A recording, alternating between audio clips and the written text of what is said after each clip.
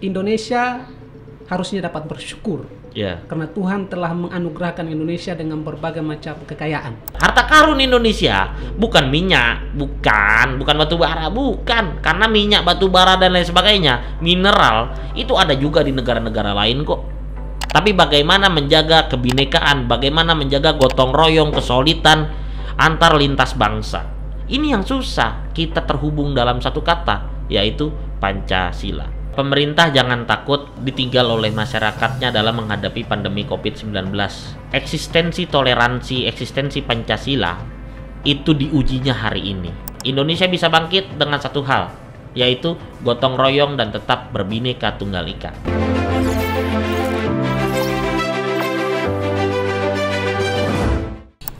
Baik, bismillahirrahmanirrahim. Assalamualaikum warahmatullahi wabarakatuh. Teman-teman sahabat Ruang Bicara dimanapun Anda berada, pada kali ini kami dari Ruang Bicara kedatangan tamu tentunya, Ketum Bintang Wahyu Saputra. Iya, lengkapnya seperti itu. Betul. Ya, Ketua Umum PB Serikat Mahasiswa Muslim Indonesia. Betul. Ya. Pertama, Ketum, kami dari Ruang Bicara mengucapkan banyak terima kasih sudah berkenan hadir di Ruang Bicara yang ya cukup sederhana, tapi mudah-mudahan wacana informasi dapat memberikan edukasi yang lebih tentunya kepada masyarakat. Siap. Dari melalui Ruang Bicara. Tapi sebelumnya Ketum sehat, Tum? Alhamdulillah sehat.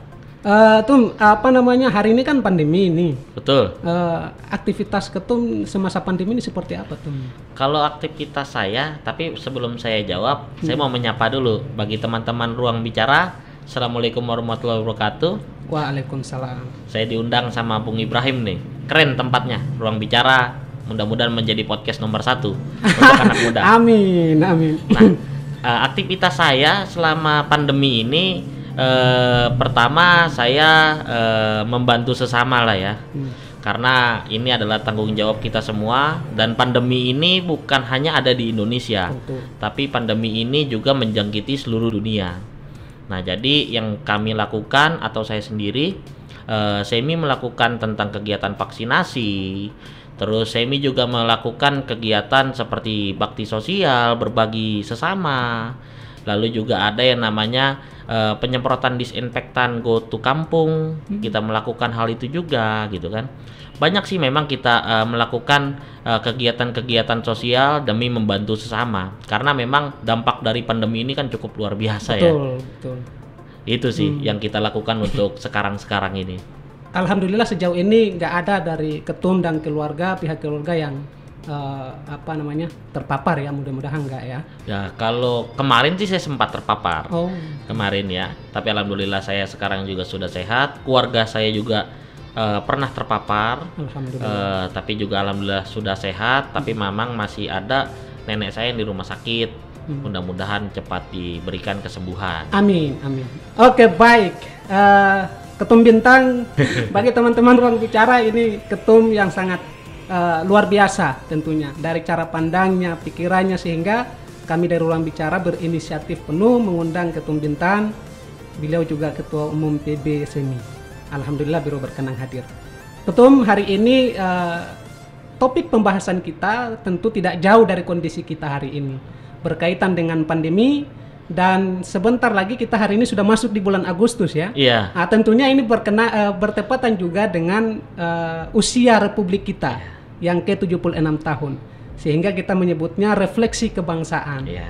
Nah, juga terdapat di usia yang ke-76 tahun yang tentunya sudah mau mencapai dewasa ya. Usia yang cukup matang, kita temukan berbagai macam persoalan. Salah satu di antaranya terkait dengan toleransi. Negeri kita yang beragam ini tentunya banyak masalah-masalah terkait toleransi. Pertama saya ingin minta tanggapan Ketum dulu. Tentu Ketum bagian dari salah satu ya untuk dari generasi muda, kalangan muda untuk mensosialisasikan terkait dengan pandemi. Sedikit menceritakan kira-kira apa sih kendala barangkali masyarakat ada yang menolak vaksin atau seperti apa, atau tidak nurut terhadap aturan negara. Sejauh ini temukan nggak sih tiba-tiba kira-kira di jalan? Kalau terkait tentang vaksin, tentu kami temukan, dan hal itu nggak sedikit gitu loh kan. Hal itu banyak karena kan hari ini kan era revolusi industri 4.0, bahkan di dunia sudah sampai 5 kan gitu, 6 bahkan. Nah, artinya apa? Terjadi digitalisasi informasi yang begitu masif sehingga informasi itu simpang siur yang ada di media sosial kan gitu. Nah, contoh vaksin bisa membuat kita semakin parah gitu kan, atau vaksin mengandung minyak babi, itu kan simpang siur nih informasi di masyarakat. Iya, Nah, informasi masyarakat ya dapat di masyarakat ya. Tentu dogmatisasi dan apalagi tentang keberagaman di Indonesia, walaupun seperti itu, Indonesia kan juga mayoritas Muslim gitu kan. Jadi banyak orang yang memang agak khawatir gitu kan. Nah, tapi kita hadir di situ untuk menjelaskan kenapa perlu divaksin. Nah, kita juga membantu menjelaskan kepada masyarakat untuk apa terbentuknya herd immunity, karena bukan hanya Indonesia yang melaksanakan vaksinasi, Betul. tapi seluruh dunia. Kalau ada orang yang menolak vaksin, saya ingin bertanya sama orang tersebut. Pertanyaannya sederhana sekali. Kasih saya satu negara saja contoh gitu kan, negara mana yang menolak vaksin.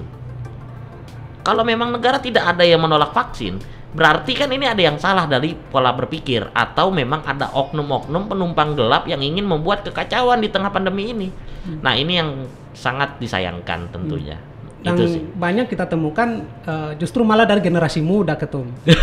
Banyak generasi muda yang ikut-ikut mengkompori masyarakat Ya. agar tidak melakukan vaksinasi, menolak adanya keputusan kebijakan dari pemerintah. Betul. Karena kenapa hal itu bisa terjadi? Yang tadi saya bilang, digitalisasi informasi ini kan kita bisa melihat hari ini juga Indonesia mengalami bonus demografi. Artinya apa? Anak-anak muda dari umur 34 tahun sampai dengan umur 18 tahun, bahkan ada juga anak-anak SD 11 tahun, 10 tahun itu sudah menggunakan handphone. Nah, berdasarkan data yang saya pelajari, 98,sekian% masyarakat Indonesia sudah bisa mengakses internet. Artinya apa? Penggunaan internet di Indonesia ini cukup masif gitu loh. Bahkan Indonesia menjadi salah satu negara dengan pengguna medsos Facebook terbesar di Indonesia, di Asia gitu loh. Nah, artinya ini yang harus kita perangi bersama, hoax dan lain sebagainya, ujaran kebencian dan sebagainya, untuk apa? Masyarakat mendapatkan informasi yang seutuhnya gitu loh. Sebenarnya vaksin itu kan untuk diri kita gitu loh. Nah, jangan mau diprovokasi dengan penumpang-penumpang gelap yang tadi saya bilang. Nah, hari ini banyak kita temukan itu di media sosial. Akhirnya apa? Anak-anak muda yang gampang mengakses internet sekarang beranggapan, wah, vaksin begini, vaksin begitu, kan gitu. Nah, akhirnya dia menyuarakan itu gitu loh. Nah, ini yang salah. Namanya anak muda, jiwa masih labil, dapat informasi yang nggak jelas. Ya, itulah yang terjadi di Indonesia hari ini. Sampai terakhir kalau tidak salah sempat video yang viral, mobil ambulans dibajak sama masyarakat. Kononnya itu ambulansnya kosong. Ini simpang siur sebenarnya informasi ini. Sambil ngopi dulu, Ya, Ketum. siap. Biar ngopi, biar kita ini toh. Jadi ngopi ini singkatannya sederhana kalau lagi podcast. Hah. Ngopi, ngobrol pemuda Indonesia. Iya. Ketum, tadi sedikit penjelasan yang cukup menarik berkaitan dengan keterbukaan informasi. Iya. Nah, inilah yang menurut kami menjadi salah satu alasan Iya. kenapa toleransi di Indonesia cukup sulit untuk dijaga dengan beragam suku, agama, Iya. ras. Nah, sering kali terjadi dan itu dipicu dari keterbukaan informasi. Betul. Nah, di usia 76 tahun ini, Ketum melihat masalah toleransi di Indonesia ini seperti apa? Oke, berbicara 76 tahun Indonesia merdeka dan toleransi yang ada di dalamnya, saya berpikir begini, kita harus berterima kasih terhadap Indonesia. Karena apa? 76 tahun yang lalu, Indonesia, berbagai macam suku bangsa yang ada di sini, pembangunan apakah sampai dengan negeri Papua? Hari ini Papua dibangun kok, gitu loh. Terus, apakah kesejahteraan juga tidak merata? Bansos, Jakarta dapat, teman-teman di Papua dapat, di Maluku dapat, di Aceh dapat, di Sumbar dapat, semua dapat gitu loh. Iya. Nah, artinya apa? Ini adalah rasa syukur kita yang harus kita terima, itu yang pertama. Yang kedua, Indonesia memiliki Pancasila. Nah, ini yang saya mau sedikit kasih gambaran atau informasi kepada teman-teman lah ya. Karena kalau saya kasih ilmu nggak mungkin juga, kita masih muda Pak Ibrahim kan gitu. Iya, betul. Tidak mau menggurui juga. Nah, cuman kalau kasih informasi, saya menulis buku .0 Pancasila. Oke, ya. Nah, saya menulis buku .0 Pancasila yang dimana di dalamnya memang tertuang poin toleransi, yang artinya bahwa semangat toleransi di Indonesia itu sudah ada bahkan sejak sebelum Indonesia merdeka. Nah, yang perlu kita ketahui, kenapa saya bilang toleransi di Indonesia ujung tombaknya adalah Pancasila. Bayangkan Indonesia tanpa Pancasila. Bung Ibrahim orang apa? Maluku. Saya orang Jakarta, orang Betawi. Dengan tanpa Pancasila, apakah kita bisa berkomunikasi dengan ini? Betul. Poin dari Pancasila, kebinekaan, gotong royong dan lain sebagainya. Bahkan Sumpah Pemuda itu juga tertuang dari semangat Pancasila. Kan begitu. Tanpa adanya Pancasila, berkomunikasi aja kita udah sulit. Inilah harta karun yang paling berharga. Untuk apa? Menjaga toleransi di Indonesia. Teman-teman bisa bayangkan Amerika. Di Amerika negara bebas, negara yang dikenal liberal, tapi Amerika tidak punya Pancasila. Apa yang terjadi? Ada diskriminasi antara kulit hitam dan kulit putih. Itu yang terjadi loh. Iya kan? Bahkan di Amerika sekarang ini lagi tren tentang Asian Hate. Oh iya betul. Nah, kalau teman-teman lihat media internasional, itu Asian Hate itu sangat kental loh. Nah, bagaimana nasib warga negara kita di sana? Ya. Kenapa itu bisa terjadi? Karena tidak ada Pancasila. Beruntunglah kita, bangsa dan masyarakat Indonesia mempunyai Pancasila. Akhirnya apa? Toleransi kita tetap terjaga, walaupun terjadi degradasi di dalamnya. Itu.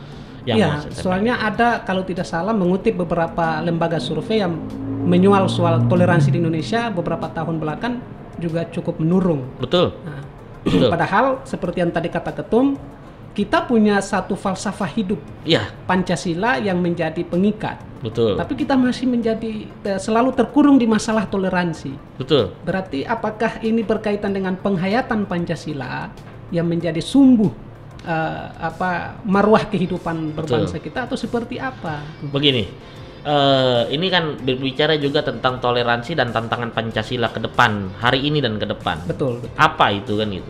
Nah, kalau yang saya katakan bahwa tantangan Pancasila adalah ideologi transnasional yang masuk melalui digitalisasi informasi yang begitu masif.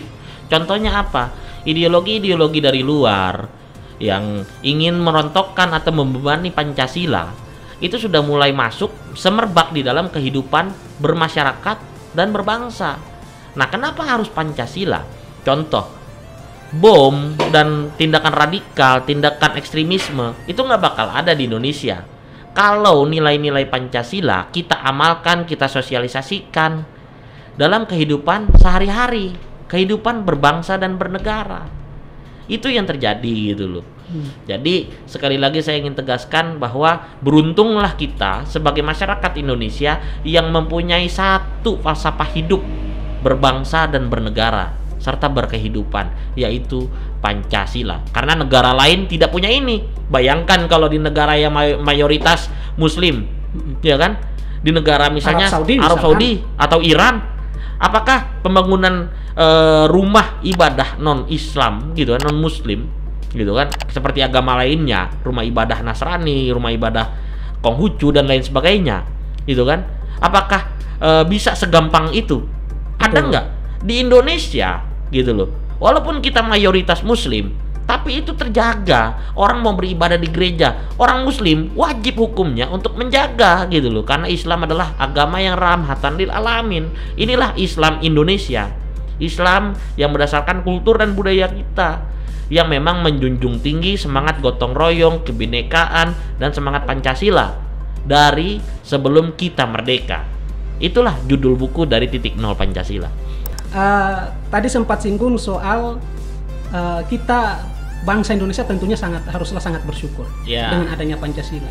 Kita lihat saja negara-negara Arab misalkan tadi, seperti yang tadi disinggung, terpecah belah, terkotak-kotakan. Nah, dan bahkan ditemukan banyak sekali intoleransi di dalamnya. Nah, bersyukur kita Indonesia sekalipun dengan mungkin ribuan ya. Iya, betul. Ratusan ribuan budaya, adat istiadat, bahkan bahasa. Desa sekecil apapun di NKRI punya bahasa tersendiri gitu betul. loh. Nah, ini justru menjadi kekayaan kita tersendiri. Betul. Nah, di era pandemi ini justru juga kita temukan satu belakangan ya, kita temukan tragedi intoleransi. Misalkan di Papua. Iya. Nah, ini Ketum melihat toleransi di Papua ini seperti apa? Terutama. Oke. Toleransi di Papua. Saya ingin mengatakan bahwa toleransi di Indonesia ini sudah terjaga baik ya tentu. Tapi kalau berbicara case dengan Papua ini kan tentu hal yang berbeda. Kenapa teman-teman atau saudara-saudara kita di Papua itu lebih agresif terhadap suku bangsa lain kan gitu?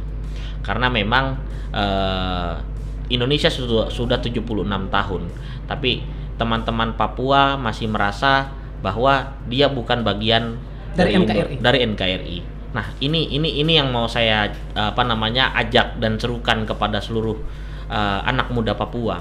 Ayolah kita lebih berpikir lebih luas dan lebih terbuka. Saya kebetulan orang Betawi. Saya orang Betawi. Suku bangsa Betawi itu bisa dikatakan adalah kalau mau di dalam kacamata objektif ya. Itu adalah suku bangsa yang paling miskin yang ada di Indonesia. Kenapa saya mengatakan seperti itu? Teman-teman bisa melihat bahwa ada berapa banyak orang Betawi hari ini di Jakarta, yang dimana memang kampung halamannya itu adalah Jakarta. Tapi ada berapa banyak gitu loh. Dan ada berapa banyak orang Betawi yang jadi menteri, yang menjadi jangankan menteri, tukang ketik menteri. Kan begitu. Iya. Nah, tapi kita tidak berpikir sejauh itu. Itu bukan diskriminasi gitu loh. Tapi itu adalah persaingan. Kita berpikirnya itu gitu loh. Kita harus bisa mengikuti zaman. Kalau kita tidak bisa mengikuti zaman, kita akan tergerus zaman, tentu gitu loh. Bahkan dalam agama kita, agama Muslim, agama saya, ya kita dianjurkan untuk merubah nasib kita sendiri gitu loh. Karena Tuhan tidak akan merubah kalau kita tidak ada ikhtiar gitu loh. Nggak mungkin gitu loh. Pertama pasti tentang keimanan kita yang diuji. Kita harus yakin, lalu kita berusaha berikhtiar, barulah kita bisa melakukan apa yang kita tuju. Nah, inilah yang disebut falsafah hidup dan prinsip hidup. Nah, makanya saya mengajak kepada teman-teman supaya toleransi itu bisa terjaga dari Sabang sampai Merauke gitu loh. Ayo kita berpikir terbuka. Bagaimana jangan ada yang merasa saya adalah suku bangsa yang tertindas, saya adalah suku bangsa yang tertinggal, saya adalah suku bangsa yang paling didiskriminasi. Kan begitu? Betul. Tunjukkan satu aja contohnya bagi kami. Saya kasih contoh diri saya sendiri. Saya orang Betawi. Kuliah saya tidak dibayar Pemprov DKI Jakarta. Kesehatan saya tidak ada kekhususan bagi orang Betawi. Bahkan asrama mahasiswa Betawi itu nggak ada di Jakarta, di Jogja, di Maluku. Nah, Bung Ibrahim dari mana? Maluku. Ada nggak asrama mahasiswa Maluku di Jakarta? Ada beberapa sih, cuman tapi secara umumnya. Ada kan? Ada. Nah, mahasiswa Betawi asramanya ada nggak di Maluku? Nggak ada. Di Jakarta aja kita aja belum temukan yang kita yang di Jakarta. Inilah yang saya bilang bahwa saya sebagai masyarakat Betawi tidak ingin menyalahkan siapa-siapa, karena memang kemajuan diri kita sendiri, kemajuan suatu bangsa, suatu suku bangsa itu adalah kemajuan dari pola pikir yang ada di dalam diri kita sendiri, gitu loh. Jangan kita menyalahkan siapa-siapa, gitu loh. Ini kembali lagi sama diri kita. Saya mencontohkan gak jauh-jauh diri saya sendirilah, itu. Baik, Ketum bicara soal Pancasila. Nah, kita tahu hari ini mungkin bisa kita coba ya di publik, terutama di generasi muda. Banyak yang sebenarnya bukan proses penghayatan lagi, bahkan menghafal Pancasila saja. Kita tahu banyak yang tidak, bukan berarti saya ya Pancasila kita sama-sama tahu hari ini. Ya kan, banyak generasi muda ketika kita tanyain apa makna Pancasila, apa filosofi Pancasila, banyak diantaranya yang tidak tahu. Bagaimana kita bisa akan bicara soal efektifnya toleransi di bangsa ini kalau seperti yang tadi kata Ketum, Pancasila tidak menjadi penghayatan tersendiri bagi generasi muda bangsa. Ya, jadi begini, saya bilang tadi, degradasi Pancasila itu memang ada, degradasi dalam pengamalan, degradasi dalam sosialisasi dan lain sebagainya itu ada. Karena jujur, nih saya ulangi, bukannya saya promosi atau tidak, saya tidak promosi, tapi di dalam buku saya, Titik Nol Pancasila, saya menjelaskan tentang Pancasila, pengamalannya dan sosialisasinya dari fase ke fase, dari zaman ke zaman. Kita melalui 3 fase, ya kan, perubahan perilaku. Fase pertama adalah Orde Lama, kita sama-sama paham, yang dimana memang fase itu kita melalui hal yang sangat berat karena itu adalah fase pertama kita merdeka. Lalu fase Orde Baru. Nah, hari ini kan fase demokrasi reformasi, kan begitu. Nah, kita mengalami beberapa perubahan fase gitu. Nah, di dalam perubahan fase itu ada degradasi Pancasila plus dan minusnya. Nah, hari ini saya melihat memang ada kekurangan dalam sisi pertama, sosialisasi Pancasila sebagai falsafah kehidupan berbangsa dan bernegara. Karena kalau dulu Pancasila itu kita sama-sama tahu ada yang namanya pendidikan kewarganegaraan di SMP SMA. Betul. Nah, hari ini PPKN, kan PPKN kan gitu. Hari ini kan sudah tidak ada. Nah, kita berharap sama-sama sama pemerintah agar ini dimasukkan kembali dalam kurikulum. Karena memang Pancasila ini sangat penting untuk mempertahankan toleransi Bhinneka Tunggal Ika dan pemikiran-pemikiran yang tetap objektif, sehingga apa, tidak terjadi bentrokan horizontal maupun vertikal di kalangan masyarakat. Pemersatunya ada pada Pancasila. Itu. Baik. Wow, luar biasa ya. Berkaitan dengan Pancasila ini seperti yang tadi Ketum bilang, pendidikan kita itu tertinggal hampir 125 tahun. Dibanding negara-negara, terutama misalkan di lingkaran Asia lah.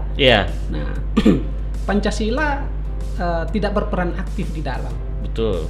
Sangat tidak berperan aktif. Kalau Pancasila berperan aktif sebagaimana tadi Ketum sampaikan, tentu negara kita sudah minimal 60% ke atas lah kita bisa mencapai taraf kualitas pendidikan yang berbasis Pancasila ya. Nah, tapi hari ini tidak. Ketum di dalam buku Titik Nol Pancasila. Bagaimana melihat, merespon soal toleransi di kepemimpinan kita, terutama di masa Pak Jokowi hari ini? Toleransi hari ini kan banyak kita temukan. Betul. Nah, hari ini memang banyak kita temukan toleransi, sering terjadi bentrokan horizontal, bukan hanya vertikal ya di kalangan masyarakat. Karena kan tadi saya mengatakan bahwa memang terjadi perubahan perilaku sosial juga gitu loh. Dengan adanya revolusi industri ini juga kan sangat berpengaruh terhadap toleransi yang ada di bangsa dan negara kita, kan begitu. Nah, tapi kalau di dalam buku saya, kenapa saya mengatakan bahwa kita bertoleransi, kita berbhinneka tunggal ika itu sudah ada sejak sebelum kita merdeka. Betul. Salah satu contoh di dalam buku saya adalah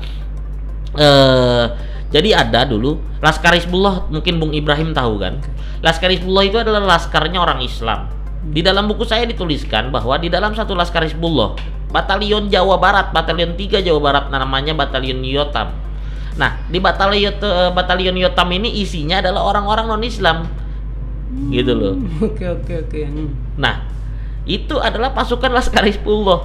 Artinya apa? Kemerdekaan Republik Indonesia bukan berdasarkan satu agama, bukan berdasarkan satu suku, bukan berdasarkan satu budaya, tapi kemerdekaan Indonesia diraih dengan bersama dari Sabang sampai dengan Merauke, dari Aceh sampai dengan Papua, kan gitu. Itulah kemerdekaan kita. Oleh karena itu harusnya di hadapan negara tidak ada perbedaan, tidak ada diskriminasi antara saya orang Jakarta, Bung Ibrahim orang Maluku, terus ada juga orang Medan, ada juga orang Papua, ada juga orang Jawa Barat. Tidak harus ada perbedaan gitu loh. Karena apa? Kemerdekaan kita rebut bersama, Pak. Gitu loh. Nah, bahkan dulu di dalam buku saya juga diterangkan Indonesia itu sempat goyang sebelum ada yang namanya setelah terjadinya rapat BPUPKI. BPUPKI betul ya. Ya kan? Pancasila kan dibentuk oleh 9 orang ya. 9 orang perumus Pancasila. Kebetulan 3 orang kader Sarekat Islam. Yang dimana memang semi ini serumpunnya. Ada Abi Kusno Cokro Sujoso, ada Insinyur Soekarno, terus ada juga Haji Agus Salim. Nah, tapi ada yang paling menarik sebelum terjadinya Piagam Jakarta. Mungkin teman-teman pernah tahu tentang 7 kata hilang kan gitu. Oh iya. Okay. Nah, kenapa gitu loh? Karena poin pertama pada Pancasila pada saat itu ingin dibentuk sebagai dasar negara adalah menjalankan syariat-syariat Islam bagi pemeluknya. Akhirnya teman-teman yang non-Islam, teman-teman yang non-Muslim merasa di dalam diskriminatif. Berembuklah para founding father kita. Nah, pada saat itu teman-teman non-Islam diwakili oleh A.A. Maramis. Nah, dia mengatakan bahwa kalau memang Indonesia ingin menjalankan ini, Pancasila ditetapkan sebagai dasar negara dengan poin pertama tidak dirubah. Oleh karena itu, saya pastikan Indonesia bagian timur bukan bagian dari NKRI. Karena mayoritas Indonesia bagian timur adalah non-Islam. Akhirnya semua berembuk, ya kan? Muhammad Yamin dan lain sebagainya berembuk menyepakati satu hal. Indonesia adalah negara yang beragama. Indonesia adalah negara yang berbudaya. Oleh karena itu kita tetapkan satu, ketuhanan yang Maha Esa sebagai poin pertama bagi Pancasila. Artinya nilai-nilai keagamaan, nilai-nilai keluhuran itu juga sudah ada dalam bangsa kita, gitu loh. Bayangkan siapa yang bisa menyatukan ribuan suku bangsa. Yang tadi Bung Ibrahim bilang, kalau tanpa Pancasila, saya rasa sudah acak-acakan Indonesia ini. Betul. Orang kerajaan dulu, yang saja yang besar luasnya sampai ke Thailand, ujung Thailand itu kan Nusantara. Nah, apalagi kita gitu loh. Nah, inilah yang saya bilang, harta karun Indonesia bukan minyak, bukan batu bara, bukan. Karena minyak, batu bara dan lain sebagainya, mineral itu ada juga di negara-negara lain kok. Tapi bagaimana menjaga kebinekaan, bagaimana menjaga gotong royong, kesolidan antar lintas bangsa. Ini yang susah kita terhubung dalam satu kata, yaitu Pancasila. Itu sih yang saya ingin katakan. Wow, luar biasa. Ngeri. Ketum, hari ini kita tahu bangsa Indonesia ini bangsa yang mayoritas Muslim. Ya. Nah, beberapa tahun belakang kita sering temukan di media-media sosial banyak keluhan, terutama kita kaum muslimin yang menyatakan bahwa ini negara adalah negara yang mayoritas Muslim, tapi para pemuka-pemuka agama Muslim seringkali mendapat sikap-sikap yang tidak sepadan, yang tidak sewenang-wenang sesuai dengan prosedur undang-undang negara ya. Betul. Nah, Ketum merespon ini seperti apa? Ya, saya rasa dalam penegakan hukum ini kan artinya kan dalam penegakan hukum. Saya rasa bukan hanya di sektor keagamaan gitu loh, tapi di sektor tentang strata sosial antara orang baik dengan orang yang tidak baik, maksudnya baik secara keuangan dengan orang yang tidak baik secara keuangan gitu kan. Itu juga ada juga beberapa case yang memang dilihat kurang relevan kan, seperti itu. Contoh, baru-baru ini ada artis yang sangat terkenal, fenomenal, sering membuat ulah gitu kan. Nah, kita sama-sama tahu bahwa Dinar Kendi melakukan bikini di jalan. Akhirnya status tersangka. Nah, kalau masyarakat biasa, dia makan singkong, ambil singkong gitu kan. Ada satu case itu kan, nenek-nenek ambil singkong, ya kan. Terus dia tersangka langsung dipenjara. Tapi seorang Dinar Kendi tersangka tidak dipenjara. Nah, ini kan juga menjadi sesuatu yang salah gitu loh. Nah, saya cuman hari ini saya melihat memang terjadi perbaikan dari itu semua gitu loh. Terjadi perbaikan karena tentu tidak ada manusia yang sempurna di dunia ini. Tentu, sangat tentu. Kan gitu. Di setiap agama ya mungkin hanya perwakilan dari Tuhannya masing-masing itulah yang sempurna. Tapi kita sebagai manusia biasa pasti ada salah dan benarnya. Itu sih yang saya lihat. Tung, terakhir pesan terpenting untuk terutama yang paling pertama untuk pemerintahan kita dalam menjaga toleransi Pancasila, dan yang kedua untuk pesannya terhadap generasi muda kita ini, untuk apa kita mengilhami Pancasila sebagai dasar filosofi bangsa. Oke. Silakan Tung. Saya ingin mengatakan bahwa pemerintah jangan takut ditinggal oleh masyarakatnya dalam menghadapi pandemi COVID-19. Eksistensi toleransi, eksistensi Pancasila itu diujinya hari ini. Gitu loh. Kenapa saya bilang diujinya hari ini? Inilah titik terendah bangsa kita mengalami hal yang pertama dari sekian abad. Ini baru pertama kali ini pandemi yang saya rasakan, gitu kan, yang begitu luar biasa gitu loh. Nah, di sini kesempatan kita untuk saling membantu sesama. Jadi pemerintah juga harus lebih banyak lagi melibatkan sektor-sektor kemasyarakatan, kepemudaan, kemahasiswaan. Rangkul masyarakat dan dengarkan aspirasinya, karena kita sama-sama berada di titik terendah. Betul. Gitu loh.